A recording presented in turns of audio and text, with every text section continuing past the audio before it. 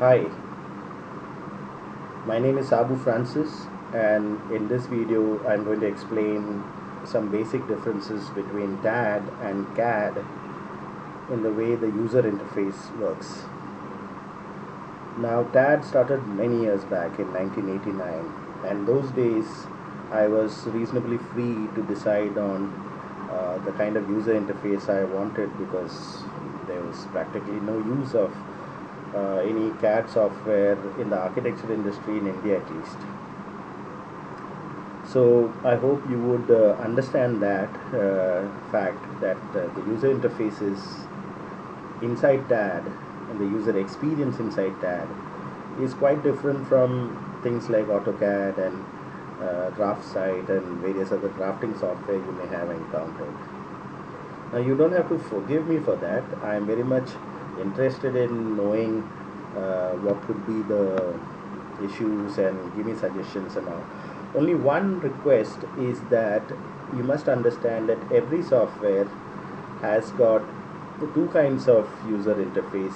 Certain user interfaces, elements and suggestions of user experience can be changed based on all these suggestions. There's always going to be room for improvement, but there are certain core principles by which that software works, some very basic concepts, and if that user interface or user experience suggestion is going against those concepts, then it will be difficult to employ those suggestions and incorporate those suggestions. Same is the case with TAD. I hope you can forgive me for that if it comes to that I am not able to accept certain suggestions. But by and large, or I would say always, I am always open for suggestions and ideas, and don't hesitate even if you think that it is going against the grain. All that I will tell you in case it comes to that. So let us start on this particular journey. I am just going to switch on to the desktop mode. I've got two software open. One of course is TAD, and the other one is NanoCAD, which is kind of a clone of AutoCAD. It works similarly. I don't have AutoCAD. I don't use really AutoCAD at all, and but you should get an idea of both these software. So let me just switch over to this desktop. Just give me a moment. Okay, so now you should be seeing uh, both these software. On the left hand side is NanoCAD, on the right hand side is TAD, and what I did is that I exported the same design of TAD, which is a hospital which I had made somewhere in Navi Mumbai, that's in India, and I exported that particular model file of TAD into DXF, and then I opened the same DXF file in NanoCAD. So let's now start discussing this particular two software, and then you can kind of relate to both of them. First, let me come to TAD, and here I would like to explain that for some user interface elements. So there is this particular area of the screen which you must have guessed, which is where the model building actually happens. And in this area, there is two special user interface elements inside which is there inside this particular white space, the model space over here. So I'll just show that, and one is this particular device. It's known as we call it the architect. So it's like as if the architect is sitting on a chair and he can be moved around wherever he wants to go on that particular construction site. Think that this is the plan view of the construction. It's actually not a let's not use the word plan view or something. It makes it look as if it's a drawing. So that's one element. The other user interface element is something we call here as the two helpers. So you'll see a red dot, which is a square, and a blue dot, which is a circular shape. So these two constitute what we call as the helpers. So these three elements, that means these two helpers and the architect, they are always available in somewhere or the other on the site. In some cases the helpers may be invisible because that particular element is somewhere else beyond the screen. You have zoomed to some other part, but this chap, the architect, is always around. I mean, this is kind of a natural analogy of the architect sitting in a high chair and the site supervisor or the engineer or whoever. In India we have somebody known as a site supervisor who is very uh, very friendly when the architect goes there, and he sits and he takes the architect around. So think of your mouse as the site supervisor. Okay, now let's go to NanoCAD. NanoCAD doesn't have any such special elements. They just show it just shows the drawing. That's it. Now, before somebody says that CAD stands for computer aided design, well, it doesn't. It actually stands for computer aided drafting. And NanoCAD or Autocad or DraftSite or whatever, strictly speaking, does not care what the heck you're drawing. And in fact, internally, when you look inside that particular software, internally it has no real understanding of these particular elements whatsoever. Though they, in certain cases, in some menu you may see something called a wall or something like that. I don't know whether it's there in NanoCAD here. I don't think it's there in this, but I've seen some drafting software which tries to say that there's a wall there and things like that. But even then, actually it has got no particular connection. It's just giving you a way to draw a lot of graphical elements.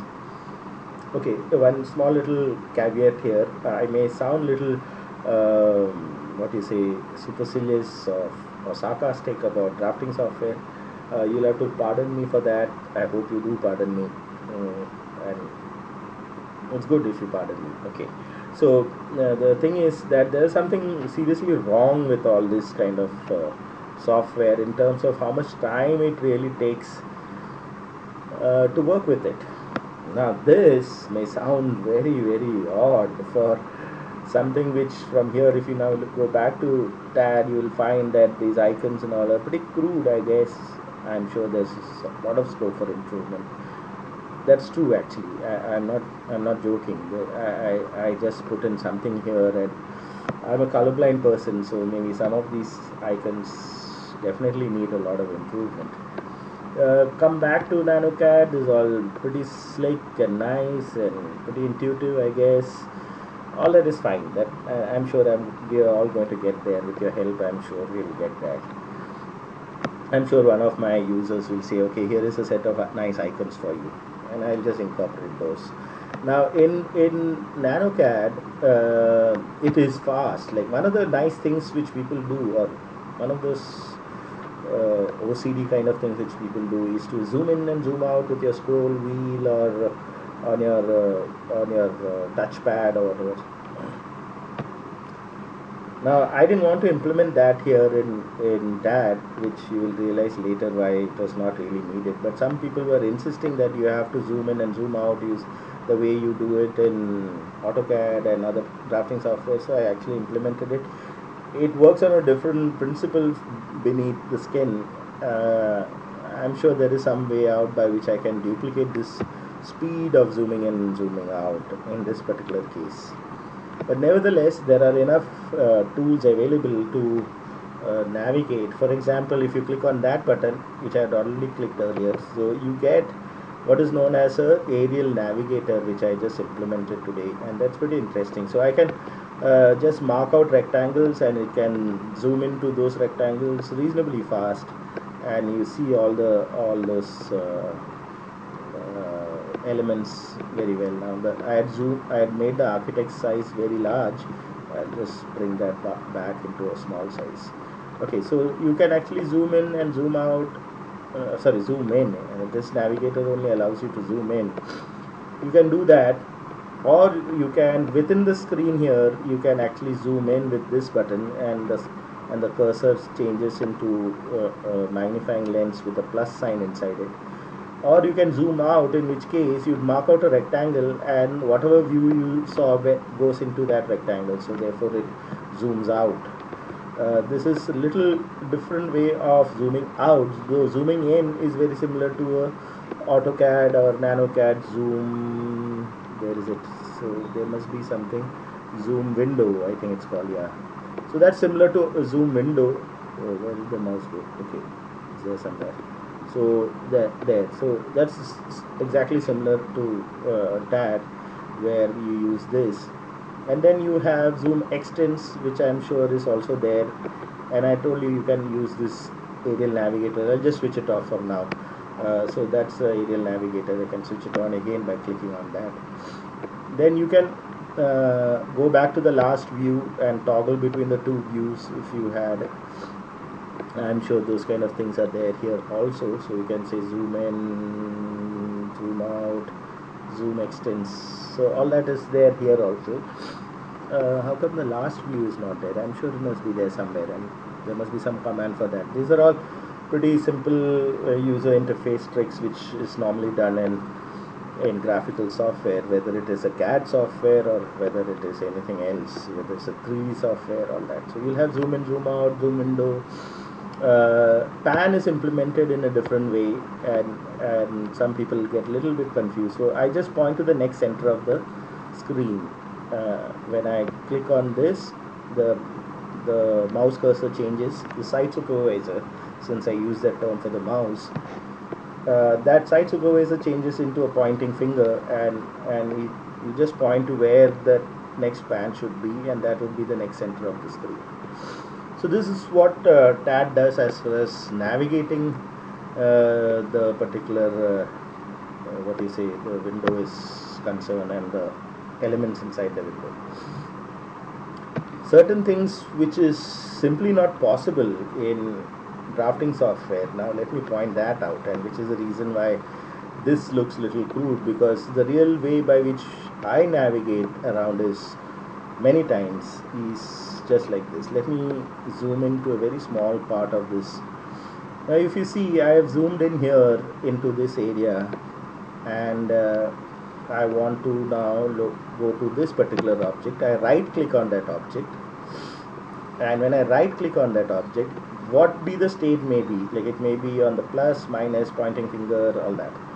Even then it will identify that the helpers have to go here. That means the helper is a very important concept in TAD, because it indicates which particular architectural element is what is known as the current object, and that current object will be written down here, and will get information about here, and will get information about where you as the architect, remember you are the architect, and that architect is here, and it will tell you where all you are there and what all dimensions are there, what's the distance between you and the first helper. So that distance from, if you follow my mouse, that distance from the first helper to the architect, all that you get. And hello, where is NanoCAD doing all that? You can zoom in, zoom out there. You can zoom in, zoom out. That's pretty nice. But then, oh yeah, you can go to that part of that file. So you say, I mean, I'm pretending that it is screwed. Okay, please don't mind. Of course, it will be very, very fast with people who are experienced in AutoCAD and NanoCAD and all that. So there you are. I'm in the same location where this is, but then I don't have any logical connection. These are all set of lines which NanoCAD is just displaying it to me, and then it's relying on the human to sit down. So see, it's so conveniently it's telling him line, layer so and so, and color so and so, whatever. The point is that in the meantime, TAD has proceeded quite far. The architect is around. He's sitting on that wheelchair, remember? And he's now taking decisions based on what's the distances between these things. And that's all nicely arranged here. It even tells you what's the perpendicular distance from where the architect is to the line containing the segment where the helpers are. So the helpers are on this edge. So imagine a line going like that, and that's the length over there. Later on, I'll show you how you can snap this little fellow, his chair, into various corners. Like suppose I want to go there, and I can say snap, and I say go to that corner, so it gets snapped over there. Now I know precisely this distance from here to here, that's 1.167. okay, now it turns out that I finished my work, whatever I have to do with C9, and I want to now go to C29. Double click that, Now I'm at C29, and the architect is also there. And now the architect is moving around, he snaps at various corners, he gets decisions based on what is the distances and perpendicular distances and so on and so forth. And where is NanoCAD? Okay, let's go to NanoCAD and keep enjoying this. Wow, it's so nice. Okay, I'm being really sarcastic here. The point is, why loaded the same file in both the places is that quite often you are facing in drafting software a mesh of lines, and unless there is some logic which separates what is the thing which you should be concentrating on, there's a lot of time if you observe somebody across the shoulders, stand behind that person and view what is going on, there's a lot of struggle figuring out what am I working on. In fact, once I saw one chap who did a dimension line by snapping on another dimension line. I mean, that was crazy. Like, so there was a dimension line in the middle of all this, and then he was drawing another dimension line, and he didn't realize he was actually pointing out one part of that extension line of the earlier dimension line, and he was happily drawing the dimension over there. So all kinds of stuff happen. I'm sure you must have experienced all that, and later on when you zoom in, then you say, oh my god, that's not the dimension which I wanted. Nothing of that sort here. Anyway, you cannot do drafting in CAD, so thank goodness for that.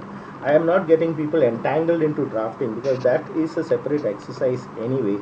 When you have actually finalized, in the time to finalize your design, in the time when you are finalizing the design, you are that architect moving around that particular construction site, and you are examining various things. Now I've just pressed F3 and F4, and using that I can move the helpers around to different corners of the same architectural element. So if you notice here, it is C29, and the architect is here. The distances, as you can see, it will keep changing. What won't change would be obviously the area, because the area of that particular shape is not changed. C29 is still 0.255 square meters, wherever you are going around and around there.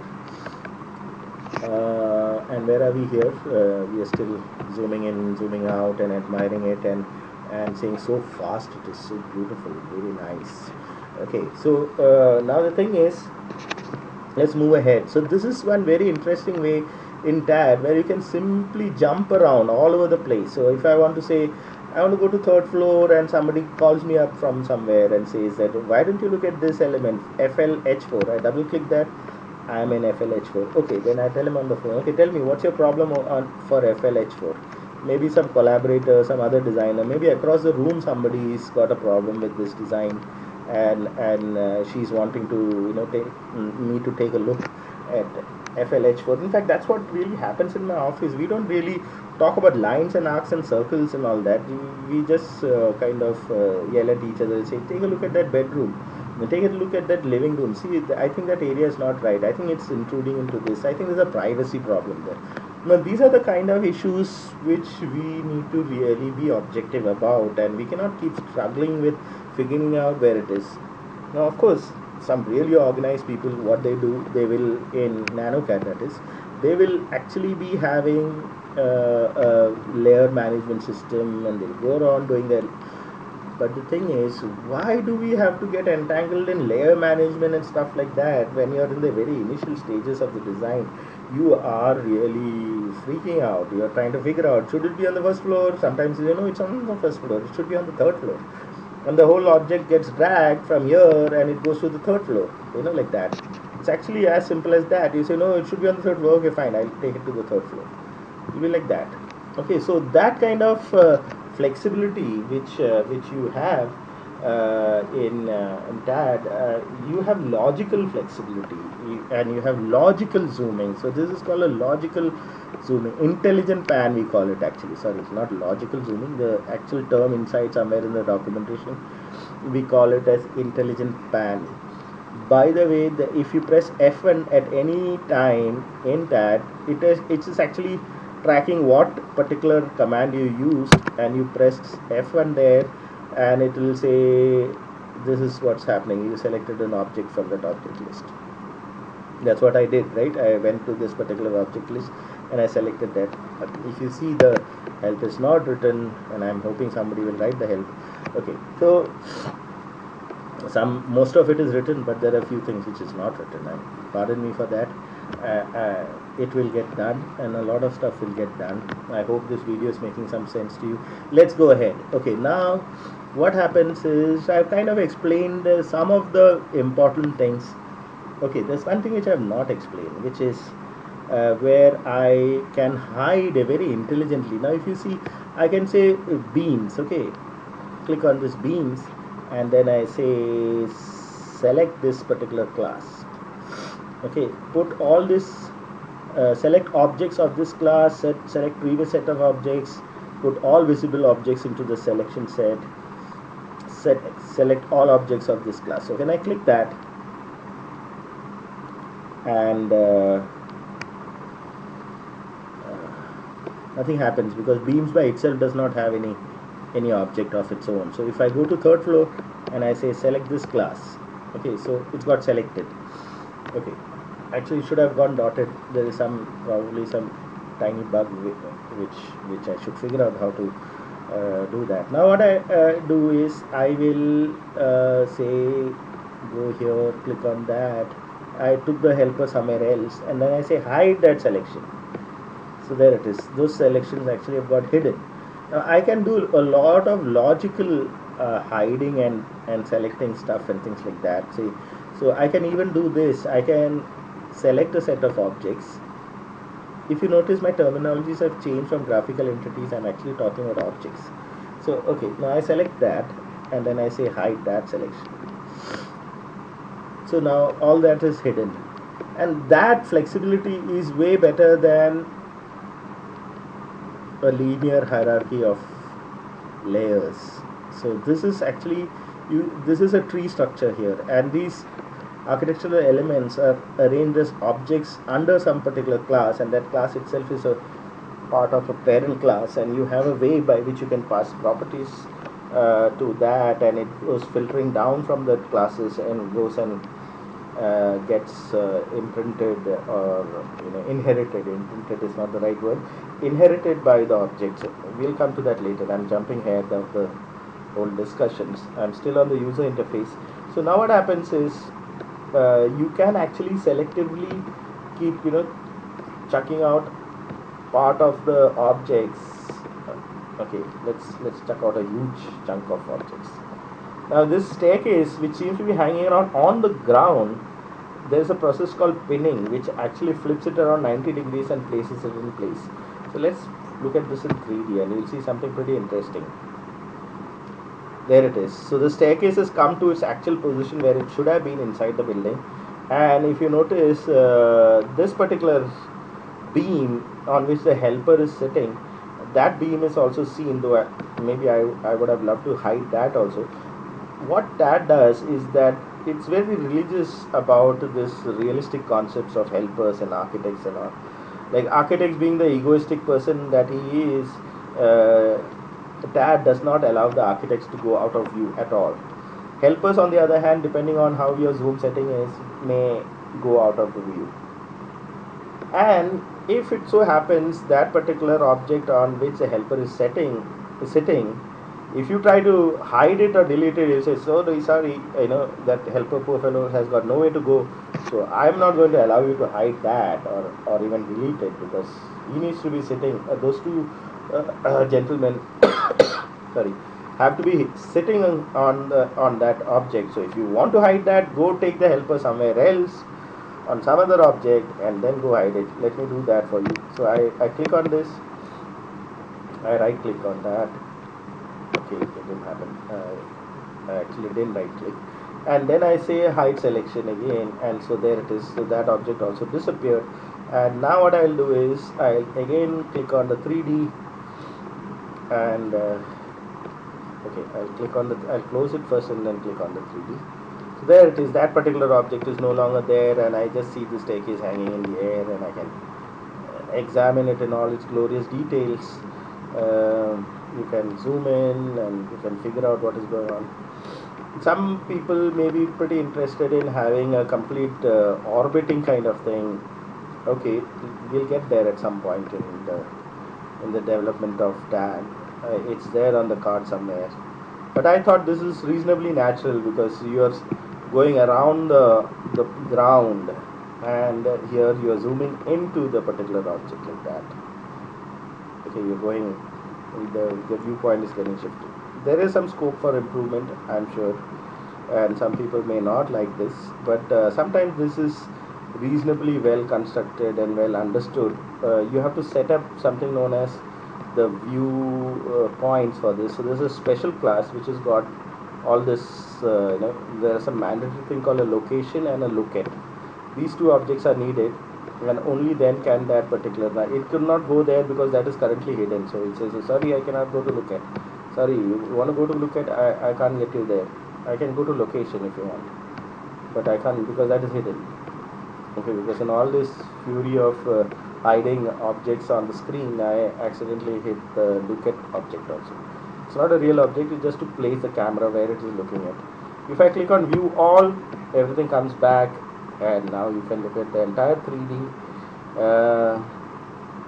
and you can see the 3D. That's what the building looks like, and that's how it is. Okay, now let me further go ahead in this. So as you might have realized, that DAD actually has got a lot of object orientation. What it means is that it really talks about elements which an architect and designer and the stakeholders, structural engineers, all the AEC people are really interested in, and they're not interested in whether it's a line or an arc or a curve or a circle or whatever. So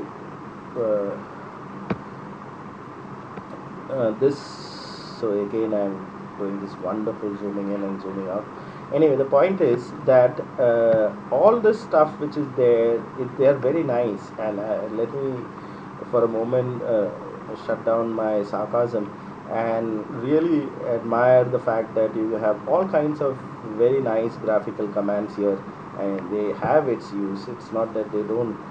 But when you're talking about designing, you want to, at the early stages, when you really have freaking out with figuring out what things are where, and you're just an architect moving around the site.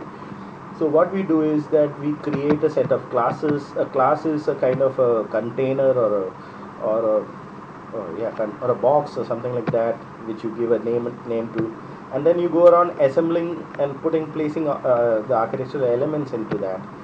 Now, in some of these boxes contains further boxes inside a box inside a box inside a box, just like a folder structure, and then you go around assembling elements there. And later on in some other video, I'll show you how you can actually set the heights and levels of these objects, or you can make it inherited from its parent class, and so on and so forth. So if you see, like it says level is as inherited, and in the class it's written that the level is 12.9, so which obviously means that the object gets that inheritance. There are many more things which you can do, but this is what more or less what DAD does as far as the user interface elements are concerned. As far as editing is concerned of all these objects, you will be surprised that the entire editing commands is only these. And you may wonder, how on earth can I edit? I mean, you have here, look at this. In NanoCAD, you have all kinds of editing things. I mean, look at that menu is going beyond, almost beyond the screen. And in some cases, it does go beyond the screen, and there are nested stuff and nested inside nested. I'll teach how to use these particular editing things little later. For now, I was just telling how these particular buttons and everything are arranged and why I went around doing this. If you notice, the status line is also quite weird. In usual software, the status line is right at the bottom, and I objected to that because if your mouse is hovering at the top, why should the status line be at the bottom? I want to see somewhere there. I don't want to go around shifting my eyes up and down the whole time. So every user element is described here. If you were a little patient, you will actually know at least a rough idea what is going on in each of these cases, like that. So maybe what I would also do now is probably give you the help context just by hovering on this button. I think that's a good idea. I think I'll implement that. And so I already told you about the information pane. This is the information about the objects. This is about the class to which that particular object belongs to, FLHT, which is FOUFN, sorry, that's that class, sorry. And this is some information about the projects uh, which concerns the entire project. So that's kind of more or less what it is. I already showed you this navigation, aerial navigation, which is here. In some cases it will come out squished, so I have to rectify that. What I suggest is you zoom up that completely and then you invoke this aerial view, then it should come out fine, reasonably fine. I'm still there is a bug there which I have to get removed. Now all the commands, there's not many, I think there is none where there are nested menus. So imagine if you have to really understand what that really does, it's mathematically also the number of commands are way less than what you would see in drafting softwares like Autocad and all that. And there's some for good reason, because there's a lot of logic in the way we go about constructing our models in CAD and describing them and arranging them into these classes and so on and so forth. So I don't want to make this video very long. I hope you got a reasonable idea that you can really move around. Let me just dramatize it, how fast you can actually move around. So let me zoom this here and zoom that here, and then just double click that. There it is. I'm literally flying around that whole site, and I'm going to any of this objects by this intelligent pan, as it's known as, and really knowing that that is the object which I want to talk about. And the architect is also conveniently there. The egoistic guy that he is always seen inside that site. In some cases, now I'll press F3, F4. If you notice, the two helpers have disappeared. The orientation of the helpers, can you see on the bottom left that my mouse is gone there?